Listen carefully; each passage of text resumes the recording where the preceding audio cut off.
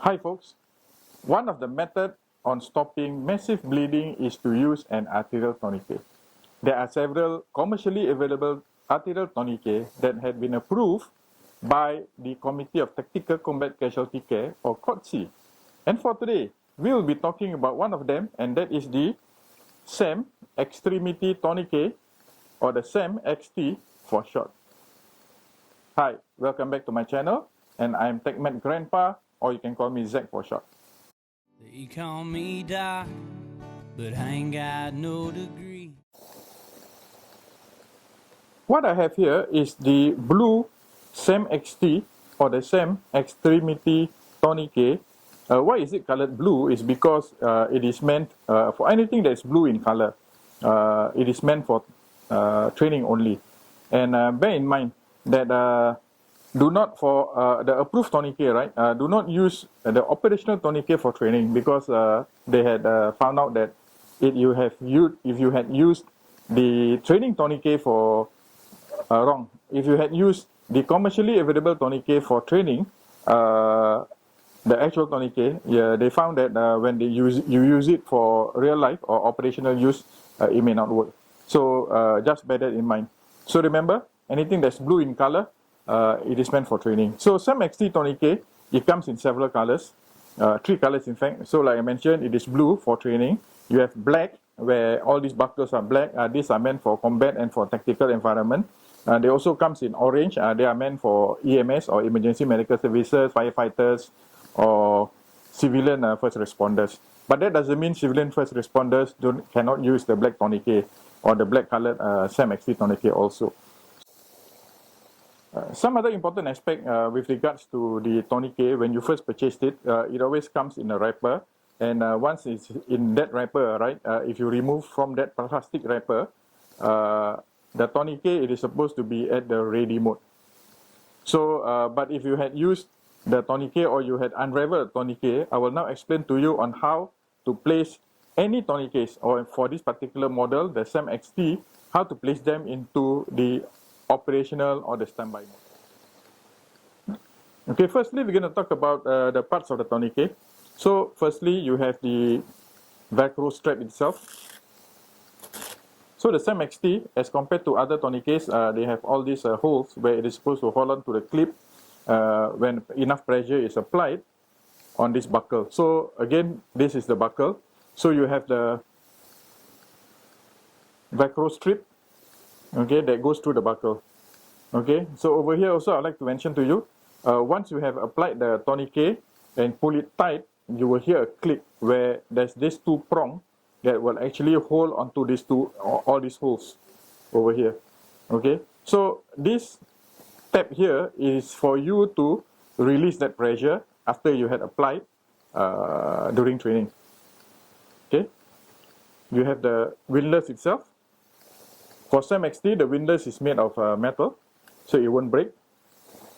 Okay, then you have the tourniquet base itself.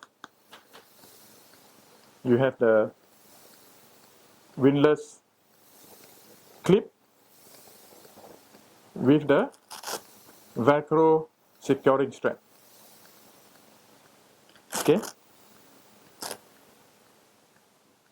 So, in preparing the tourniquet for standby mode or operational use, alright. So, firstly, you will always place this tab or this Velcro strap through the buckle over here. Okay, pull about 6 inches out. That's about 10 to 12 centimeters long, and adhere back or Velcro back onto itself again. Okay, as such. Fold it in this manner, then fold it into half.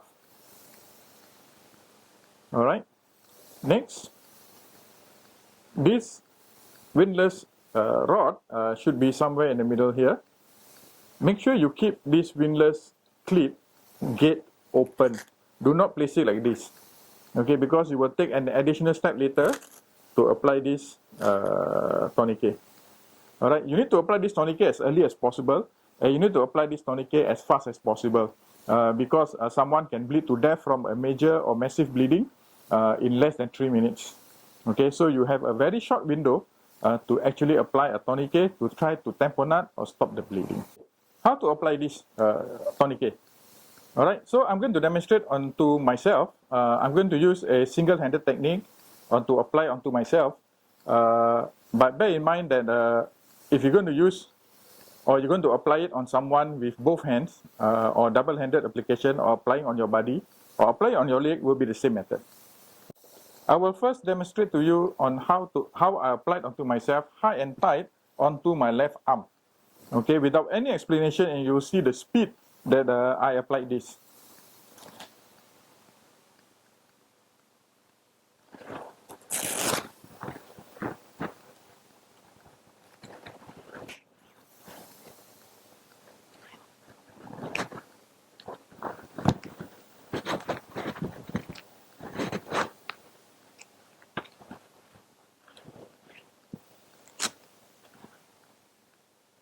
Done. Off Samson. Okay, so now step-by-step demonstration on how to apply this tourniquet. After you have unraveled, route through where you want to apply the tourniquet. Now just now I applied the tourniquet high and tight. Alright, why high and tight is because let's say I'm applying on myself and I couldn't recognize or I couldn't identify where the bleeding is, which part of my arm is bleeding, then I will apply, but I see that there's massive bleeding down my arm, and I will just apply it high and tight. Okay, but it is still advisable to apply it as close to the wound as possible. Okay, the teaching is between about 2 to 3 inches, and that is about 4 to 5 centimeters above the wound. And if the wound, above the wound, 2 to 3 inches or 4 to 5 centimeters above the wound happen to be a joint, then you apply it above the joint. Alright, so I'm applying above my joint now. So next thing I will do will be to pull this grey tab. Okay, and pull this grey tab down. You can see here until you hear a click.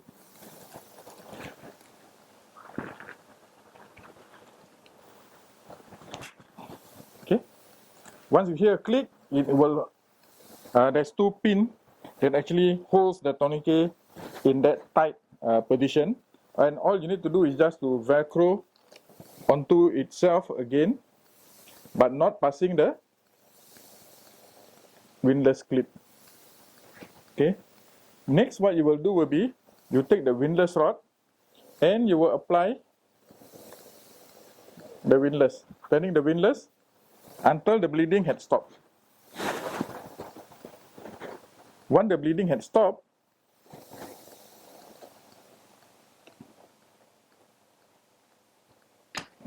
insert into the windlass clip to prevent it from unraveling.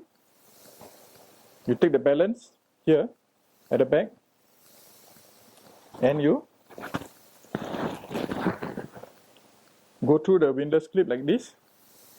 Lastly,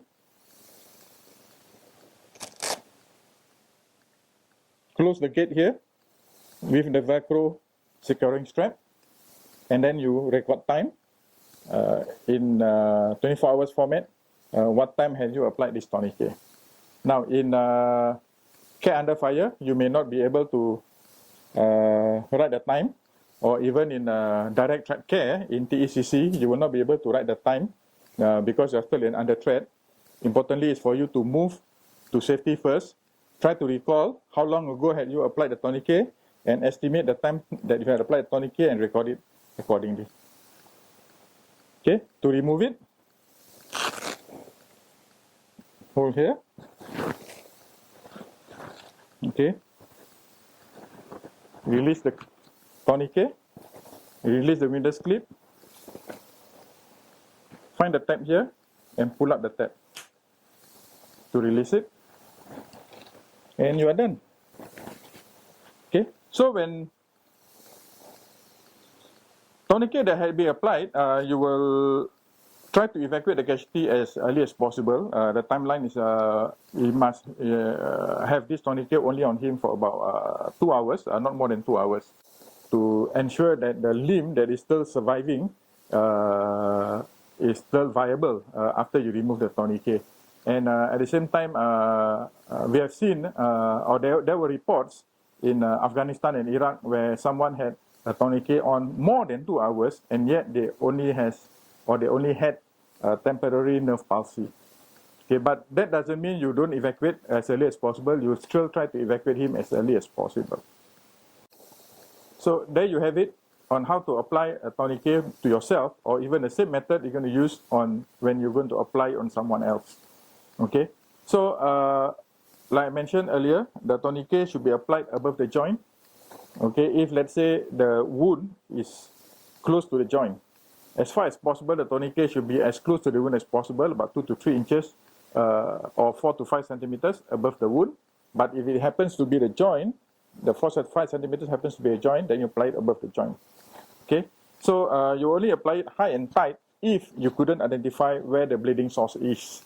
Okay, example, someone wearing long sleeve like me here, I couldn't identify, then I go for high and tight. Double-handed application of the tourniquet. If you can route through the tourniquet, okay, you can do so. If not, you cannot route through the tourniquet. What you can do, you just unravel everything.